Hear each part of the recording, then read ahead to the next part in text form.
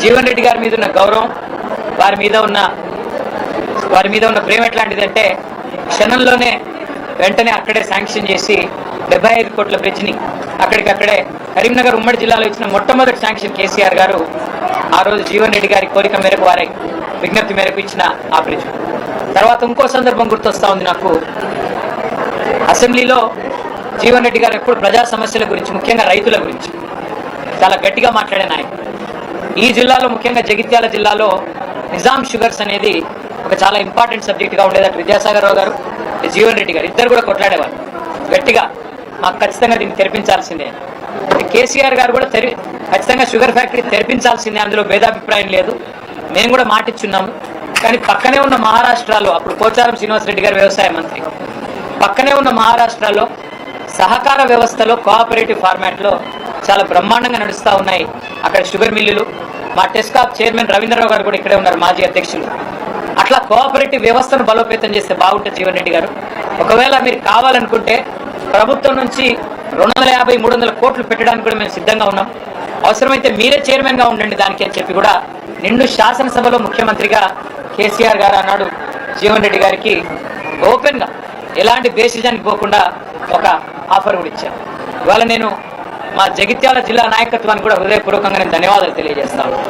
ఎందుకంటే ఇటు మా విద్యాసాగర్ రావు గారు జిల్లా పార్టీ ప్రెసిడెంట్ గారు కానీ, అట్లాగే ఎల్ రమణ గారు మాజీ మంత్రి గారు కానీ, మా చెల్లెలు మాజీ జిల్లా పరిషత్ చైర్పర్సన్ శ్రీమతి దావా వసంత గారు కానీ, వారందరూ కూడా జీవన్ రెడ్డి గారిని జగిత్యాలలో మనం ఆహ్వానించినట్టయితే, వారి ఇంటికి పోయి ఆహ్వానించినట్టయితే బాగుంటుంది అంటే, వారు ఒక క్షణం కూడా సంకోచించకుండా వారు చెప్పిన మాట ఏమంటే, నాకు అన్న పార్టీ బలోపేతానికి, పార్టీ తిరిగి అధికారంలోకి రావడానికి, కేసీఆర్ గారు ముఖ్యమంత్రి కావడానికి తప్పకుండా మనందరం కృషి చేయాల్సిందే. అందులో భాగంగా జీవన్ రెడ్డి గారి చేరిక అనేది మనకు చాలా చాలా లాభం జరుగుతుంది. వారిని మీరు తప్పకుండా రండి, ఆహ్వానించండి, మేమందరం కూడా మీకు వెల్కమ్ చెప్తామని చెప్పి వాళ్ళు అన్ని సాధారణంగా ఏర్పాట్లు కూడా వారు చేశారు. వారికి కూడా నా అభినందన. వాళ్ళ రాష్ట్ర వ్యాప్తంగా ఉన్న రైతుల్లో ఒక ఆక్రోశం ఉంది, రాష్ట్ర వ్యాప్తంగా ఉన్న ప్రజల్లో ప్రతి వర్గంలో ఇవాళ ఒక ఆక్రోశం వ్యక్తమవుతా ఉంది. ఈ ప్రభుత్వం రేవంత్ రెడ్డి గారి నాయకత్వంలో గత 2.5 సంవత్సరాలుగా మరి ఏ రకంగా తన పరిపాలనా వైఫల్యాలను కప్పిపుచ్చుకోవడానికి ఎప్పటికప్పుడు ఏదో ఒక డైవర్షన్ టాక్టిక్ ఉపయోగిస్తూ ఏదో కాలం నెట్టుకొస్తున్నారు తప్ప ఇంతవరకు మాకు ఒరిగిందేమీ లేదు అనే భావన బలంగా ప్రజల్లో ఉంది. ముఖ్యంగా రైతుల్లో 3 సార్లు ఈ ప్రభుత్వం ఇప్పటికి రైతు బంధు ఎగ్గొట్టింది. ఒకసారి కాదు, 2 సార్లు కాదు, 3 సార్లు విజయవంతంగా రైతు బంధు ఎగ్గొట్టారు. 3 సార్లు రైతు బంధు ఎగ్గొట్టడం అంటే ఒక్కొక్క దఫా వాళ్ళు చెప్పిన 9,000 కోట్లు లెక్కేసుకున్న 27,000 కోట్లు ఈ 2.5 సంవత్సరాల్లోనే ప్రభుత్వం 70 లక్షల మంది రైతులకు బాకీ పడ్డారు. 27,000 కోట్లు ఎగ్గొట్టి 20,000 కోట్ల రుణమాఫీ చేసిన అని చెప్పి రేవంత్ రెడ్డి గారు ఏదైతే రైతులను మభ్యపెట్టే ప్రయత్నం చేస్తున్నారో రైతుల ఆవేదనతో ఉన్నారు. అట్లాగే రాష్ట్ర వ్యాప్తంగా ఉన్న మహిళలు నిన్న రేవంత్ రెడ్డి గారు మాట్లాడిన మాట కూడా చూస్తున్నారు.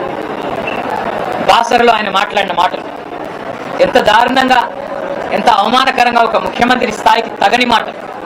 ఎంత పెద్ద కండలు తిరిగిన పైల్వానైనా 3 నెలల్లోనే పిల్లలు పుట్టించలేడు కదా, ఇది ఒక ముఖ్యమంత్రి నోట్లోంచి వచ్చే భాషనైనా, ఒక ముఖ్యమంత్రి మాట్లాడే భాషనై?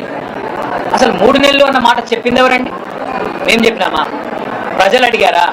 మీరే కదా సంతకాలు పెట్టింది, మీరే కదా రేవంత్ రెడ్డి గారు పిసిసి అధ్యక్షుడిగా, మీ బట్టి విక్రమార్క గారు సిఎల్పి లీడర్గా 100 రోజుల్లోనే 6 గ్యారంటీలు అమలు చేస్తామని నొక్కి చెప్పింది మీరు, గ్యారంటీ కార్డులు ఇచ్చింది మీరు, ఆర్థిక పరిస్థితి మొత్తం మాకు తెలుసు అని చెప్పి ఉదరగొట్టింది మీరు. ఇవాళ ఏ ఒక్క హామీ అమలు చేయకుండా ఈ అపసవ్యపు మాటలు మాట్లాడుతున్నది మీరు. పెద్దలు జీవన్ రెడ్డి గారు లాంటి నికార్సైన కాంగ్రెస్ నాయకులను అవమానించి వారి ఆత్మగౌరవాన్ని దెబ్బతీస్తున్నది మీరు. ఇది ఒక జీవన్ రెడ్డి గారి విషయంలో కాదు నేను మాట్లాడుతున్నాను. నేను మొన్న డిప్యూటీ సీఎం బట్టి విక్రమార్క గారి కొడుకు పెళ్లికి పోయినా. ఒకరు కాదు, ఇద్దరు కాదు, ఒక 100-150 మంది కాంగ్రెస్ కార్యకర్తలు నా చేతిలో చేసి అన్న వచ్చేది మీ ప్రభుత్వమే. అది సందర్భము కాదు, రాజకీయ వేదిక కాదు, ఇంకోటి కాదు. ఎందుకు చెప్తా ఉన్నా అంటే కాంగ్రెస్ పార్టీ కార్యకర్తల ఆక్రోశమే ఇట్లా ఉంటే, సామాన్య కాంగ్రెస్ కార్యకర్తల ఆవేదన ఇట్లా ఉంటే, ఈ రాష్ట్రంలో రైతుల పరిస్థితి, ఈ రాష్ట్రంలో మహిళల పరిస్థితి, ఈ రాష్ట్రంలో పేదల పరిస్థితి, ఈ రాష్ట్రంలో 2 లక్షల ఉద్యోగాలని చెప్పి మీరు మీ చేతిలో మోసపోయిన యువత పరిస్థితి ఏ రకంగా ఉందో మనం అర్థం చేసుకోవచ్చు. సరే, ఇవాళ రేవంత్ రెడ్డి గారు అధికార మత్తులో, అధికారం ఉందనే అహంకారంతో ఇష్టారీతిన మాట్లాడుతుండవచ్చు. పెద్దలను కూడా కేసీఆర్ గారు అయితేనేమి, మరి తెలంగాణ కోసం గట్టిగా, కాంగ్రెస్ పార్టీ కోసం గట్టిగా కొట్లాడిన పెద్దల్ని కూడా అవమానించే తీరులో మాట్లాడుతుండవచ్చు. కానీ కాలం ఎన్నటికీ ఒక్కలాగా ఉండదు, అధికారం కూడా ఎన్నటికీ ఎవరిది ఒకరి సొత్తు కాదు. 10 ఏళ్ళు ప్రజలు మాకు అవకాశం ఇచ్చారు. ఇవాళ 5 ఏళ్ళు కాంగ్రెస్ పార్టీకి, రేవంత్ రెడ్డి గారికి ప్రజలు అవకాశం ఇచ్చినారు. మాకైతే సంపూర్ణమైన విశ్వాసం ఉంది. వారిని నేను కేసీఆర్ గారి తరఫున పార్టీలోకి ఆహ్వానించడానికి ఇక్కడికి వచ్చినాను. వారు సానుకూలంగా స్పందించారు. మాకు కేసీఆర్ గారితో నాకు వ్యక్తిగతంగా కూడా చాలా అనుబంధం ఉంది. కానీ మీరందరూ వచ్చారు, ఆహ్వానించారు, సంతోషం.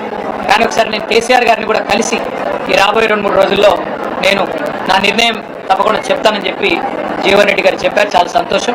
నేను వారిని కోరేది ఒకటే, ఈ రాష్ట్రంలో రైతులు, ఈ రాష్ట్రంలో పేదలు తిరిగి వారి మొహంలో చిరునవ్వు రావాలి అంటే కేసీఆర్ గారు ముఖ్యమంత్రి కావాల్సిందే.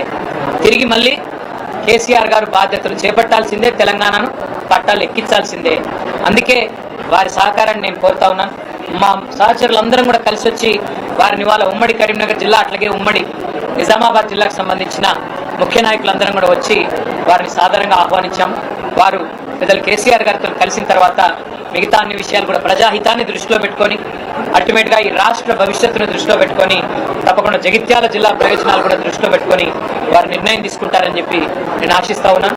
వారికి తప్పకుండా మా వైపు నుంచి ఆహ్వానం మాత్రమే కాదు, పార్టీలో కూడా సముచితమైన స్థానము, గౌరవము, తప్పకుండా ప్రజల్లో వారికి ఉన్న గౌరవానికి, ప్రజల్లో వారికి ఉన్న గుర్తింపుకు తగ్గ విధంగా ఉంటుందని చెప్పి కూడా వారికి నేను విజ్ఞప్తి చేస్తూ, మరి